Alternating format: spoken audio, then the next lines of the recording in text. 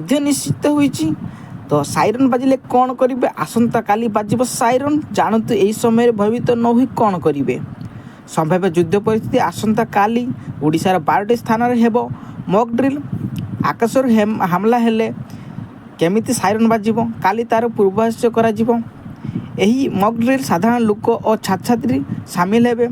ଅଚାନକ ଆକ୍ରମଣ ହେଲେ କିଭଳି ନିଜକୁ ସୁରକ୍ଷିତ କରିବେ ତା'ର ଅଭ୍ୟାସ ମକ୍ ଡ୍ରିଲ୍ କରାଯିବ। ଏହିଭଳି ସ୍ଥଳରେ ଯୁଦ୍ଧ ସାଇରନ୍ କ'ଣ, କିପରି ଶୁଭେ ଏବଂ ସାଇରନ୍ ଶୁଭିଲେ କ'ଣ କରିବେ ଜାଣି ରଖିବା ଜରୁରୀ।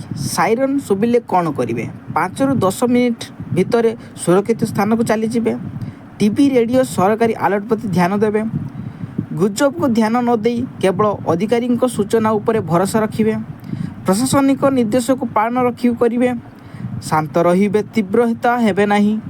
ଅନ୍ୟପଟେ ରାଜସ୍ୱ ବିପର୍ଯ୍ୟୟ ପରିଚାଳନା ମନ୍ତ୍ରୀ ସୁରେଶ ପୂଜାରୀ କହିଛନ୍ତି 12ଟି ସ୍ଥାନରେ ହେବ ମକ୍ ଡ୍ରିଲ୍। ଆଗକୁ ମଧ୍ୟ ଗାଁରେ ହେବ ମକ୍ ଡ୍ରିଲ୍। କାଲିଠାରୁ ପର୍ଯ୍ୟାୟକ୍ରମେ ସପ୍ତାହ ଧରି ଚାଲିବ ମକ୍ ଡ୍ରିଲ୍। ବୁଧବାର ଉପକୂଳବର୍ତ୍ତୀ ଜିଲ୍ଲାର ସହରାଞ୍ଚଳରେ ହେବ ମକ୍ ଡ୍ରିଲ୍। ଯୁଦ୍ଧ ସମୟରେ କ'ଣ କରିବାକୁ ପଡ଼େ ତାପରେ ଉପରେ ଆଡ଼ଭାଇସ୍ ଦିଆଯିବ। ଓଡ୍ରାଫ୍ ଟିମ୍, ଅଗ୍ନିଶମ, ଓଡ଼ିଶା ପୋଲିସ, ଅର୍ଦ୍ଧସାମରିକ ବାହିନୀ ମକ୍ ଡ୍ରିଲ୍ରେ ଭୂମିକା ଗ୍ରହଣ କରିବେ। ଏହା ମଧ୍ୟ କହିଛନ୍ତି ଶତ୍ରୁ ପକ୍ଷ ବିମାନରେ ଆକ୍ରମଣ କଲେ କ'ଣ କରାଯିବ ଜଣାଇ ଦିଆଯିବ। ମକ୍ ଡ୍ରିଲ୍ ଆରମ୍ଭ ହେବାରୁ ପାଖାପାଖି 5 ମିନିଟ୍ ଧରି ସାଇରନ୍ ବାଜିବ। ଏହାପରେ ଯାଇ ମକ୍ ଡ୍ରିଲ୍ ଆରମ୍ଭ କରାଯିବ। ମକ୍ ଡ୍ରିଲ୍ ସରିଲା ପରେ ଆଉ ଥରେ ସାଇରନ୍ ବାଜିବ। ତେବେ ଜନସାଧାରଣ ଭୟଭୀତ ହେବାର କୌଣସି କାରଣ ନାହିଁ। ଆସନ୍ତାକାଲି ଅପରାହ୍ନ 4ଟାରେ ମକ୍ ଡ୍ରିଲ୍ କାର୍ଯ୍ୟକ୍ରମ ଆରମ୍ଭ ହେବ। 7 ଦିନ ଧରି ଚାଲିବ। ମକ୍ ଡ୍ରିଲ୍ ସମୟରେ 5 ମିନିଟ୍ ଧରି ବାଜିବ ସାଇରନ୍।